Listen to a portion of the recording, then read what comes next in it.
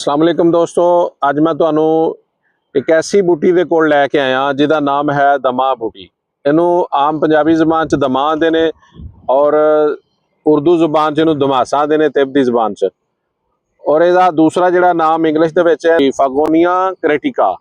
क्रेटिका नाम इहदा, इनू दमासा आंदे ने। आम जबान च बहुत सारे लोग इनू जाणदे ने क्योंकि यह खुद उगण वाला पौधा है और बंजर ते गैर आबाद जमीन च ज़्यादा होंदी है। अक्सर इलाकों के पैदावार इहदी होंदी है, खुद उगण वाली बूटी है जिहदा नाम दमासा है। ये बहुत सारे फायदे ने। सब तो पहले इहदा मैं तुहानू फायदा दसांगा ते फिर उहदे इस्तेमाल दसांगा कि इहदे की इस्तेमाल ने। ये सब तो पहला फायदा है कि ब्लड प्योरीफाइड है, खून नू साफ करने वाली बूटी है। ये जिसम के अंदर जितने भी फासद मादे खून दे विच शामिल होंदे ने, गंदे फजूल मादे, ये जिसम चों बाहर कढ़ दिंदी है, खून नू बिल्कुल साफ कर दिंदी है। और जिहदी वजह नाल दाने, पिंसियां, फोड़े जिसम के उत्ते किसी किस्म के भी निकलते हैं, चेहरे ते पिंपल्स बनते हैं, एक्नी बनते हैं, दाने बनते हैं, उन्होंने वास्ते बेहतरीन है। ये इस्तेमाल इहदा मैं तुहानू फिर बाद दसांगा, पहले फायदा दसना। दूसरा इहदा फायदा है कि जिगर नू साफ कर दिए। जिगर दे विच जिस किस्म के भी मामलात ने, जिगर की सोजिश है, जिगर हैपेटाइटिस है, hepatitis A B C D जितनियां भी हैपेटाइटिस दी किस्मां ने, और पीला यरकान है उहदे वास्ते भी बेहतरीन है क्योंकि जिगर नू साफ कर दी है, जिगर के खून नू साफ कर दी है। ट्राईग्लाइसराइड नहीं बनन दिंदी, यानी जिहड़ी जिगर के उत्ते चर्बी जमा होंदी है उन्होंने नहीं बढ़, इसदी वजह नाल कोलेस्ट्रोल नहीं बढ़न दिंदी। एक कोलेस्ट्रोल का लैवल भी बराबर रखती है और जिगर के तो सारे मामलों वास्ते बेहतरीन। जिगर की सोजिश, जिगर का बढ़ना और जिगर के हैपेटाइटिस हो जाना, जिगर का सुकड़ जाना, इन्हां वास्ते बेहतरीन है। इनू इस्तेमाल इहदा तुसीं जिगर वाले मरीज अच्छे तरीके नाल कर सकते हो। तीसरा इहदा जिहड़ा सब तो मेन फायदा है, जिहड़ा जदीद तहकीक के मुताबिक इहदे फायदे हासिल होए ने, वो है कि कैंसर के वास्ते बेहतरीन है। एंटी वायरस और एंटी कैंसर है। ये किसी किस्म का भी वायरस होवे और कैंसर के मामला वास्ते बेहतरीन। एंटी ऑक्सीडेंट है, जिन्हें जिसम चो गंदे फजूल मादे बाहर कढ़ देंदी है और इम्यूनिटी पावर नू, कुव्वते मुदाफत नू भी मजबूत रखती है। और कैंसर दे सुन लो, कैंसर के किहड़े मरज वास्ते इस्तेमाल दी है। ऐसियां औरतां जिन्हां दे ब्रैस्ट कैंसर हो जाता है, लीवर का कैंसर हो जाता है, जिगर का कैंसर हो जाता है और ब्लड कैंसर हो जाता है, उन्हां वास्ते ये बेहतरीन है क्योंकि जिहड़ी चीज़ खून नू ब्लड प्योरीफाइड कर दी, खून नू साफ कर दी है, वो कैंसर के मामलात नू और दिल के मामलात नू बेहतरीन तरीके नाल, अच्छे तरीके नाल हल कर दी है। इहदे नाल नाल हैपेटाइटिस का भी तुहानू दसदा है। एंटीवायरल वायरस है, वायरस जितने भी मलेरिया बुखार है, टाइफाइड बुखार है, उन्होंने वास्ते भी बेहतरीन है। ऐसे दोस्त जिन्होंने बुखार रहिंदा, अक्सर जिसम के किसी हिस्से भी कोई भी दर्दां रहिंदियां ने, सोजिश हो जाती है, उन्होंने वास्ते भी ये बेहतरीन है।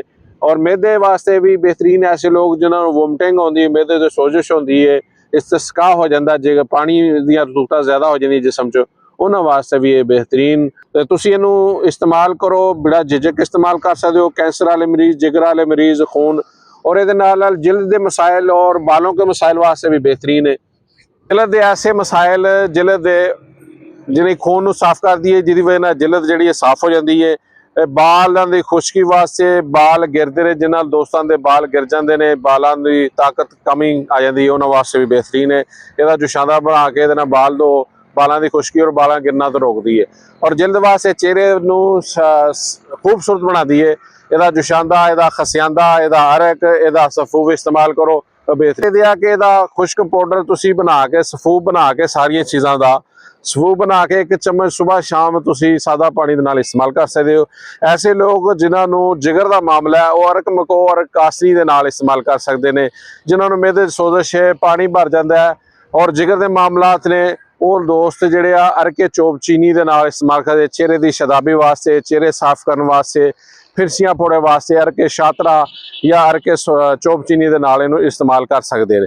और इहदा आम लफ्ज़ां च तुसीं कावा बना के भी इस्तेमाल कर सकते हो। और खाना खाने तो बाद इहदा इस्तेमाल करना है, निहार इस्तेमाल नहीं करना। खाने तो 2 घंटे बाद तुसीं इहनूं जदों भी इस्तेमाल करना, खाने तो 2 घंटे बाद इस्तेमाल करना है। तो सारे दोस्त अपनियां दुआवां च याद रखो, ये बेशुमार फायदे ने। और एक होर फायदा रह गया जिहड़ा मैं दसना भुल गया कि खवातीन के मसाइल वास्ते भी बेहतरीन है। ऐसी औरतें जिन्होंने बांझ का मसला है और हैज़ की बेकायदगी है, उन्होंने वास्ते भी ये बेहतरीन है क्योंकि खून नू साफ कर दी है। क्योंकि जिगर के नाल नाल बाकी जिसम के भी खून नू साफ कर दी है और रेम के खून नू साफ कर दी है। रेम दियां मसाइल वास्ते भी बेहतरीन है। ऐसी औरतें जिन्होंने बांझ का काफ़ी अरसे तो मसला रहिंदा है, मैंसस प्रॉब्लम है, ਉਹ ਵੀ ਔਰਤਾਂ ਇਹਨਾਂ ਨੂੰ ਬੜੇ ਅੱਛੇ ਤਰੀਕੇ ਨਾਲ ਇਸਤੇਮਾਲ ਕਰ ਸਕਦੀਆਂ ਨੇ, ਕਿਉਂਕਿ ਥੈਲੇਸੀਮੀਆ, ਕੈਂਸਰ ਦੇ ਮਾਮਲਾ, ਜਿਗਰ, ਹੈਪਾਟਾਈਟਸ, ਸਾਰੇ ਮਾਮਲਾਤ ਵਾਸਤੇ ਠੀਕ ਹੈ। ਨਾਲ ਨਾਲ ਔਰਤਾਂ ਦੇ, ਖਵਾਤੀਨ ਦੇ ਮਸਾਲੇ ਵਾਸਤੇ ਨੇ। ਤੁਸੀਂ ਇਹਨੂੰ ਬਿਲਾ ਝਿਜਕ ਇਸਤੇਮਾਲ ਦਿਓ। ਆਪਣੀਆਂ ਦੁਆਵਾਂ 'ਚ ਯਾਦ ਰੱਖਣਾ। ਤੁਹਾਡਾ ਦੋਸਤ ਹਕੀਮ ਮੁਹੰਮਦ ਅਨਵਾਰੁਲ ਹਕ ਵਸੀਮ। ਸਾਡਾ ਫੋਨ ਨੰਬਰ ਹੈ 0302 42 74 335। ਕਿਸੇ ਦੋਸਤ ਨੂੰ ਇਸ ਮਾਮਲੇ ਦੇ ਵਿੱਚ ਮੇਰੇ ਨਾਲ ਮਸ਼ਵਰਾ ਕਰਨਾ ਹੋਵੇ, ਕੋਈ ਸਲਾਹ ਲੈਣੀ ਹੋਵੇ, ਤੇ ਇਸ ਨੰਬਰ ਤੇ ਰਾਬਤਾ ਕਰ ਸਕਦੇ ਹੋ। ਤੁਹਾਡਾ ਦੋਸਤ ਹਕੀਮ ਮੁਹੰਮਦ ਅਨਵਾਰੁਲ ਹਕ ਵਸੀਮ, ਅਸਗਰ ਸ਼ਫਾਖਾਨਾ ਐਂਡ ਪ੍ਰਸਾਦ ਸਟੋਰ, ਹਾਰੂਨਾਬਾਦ।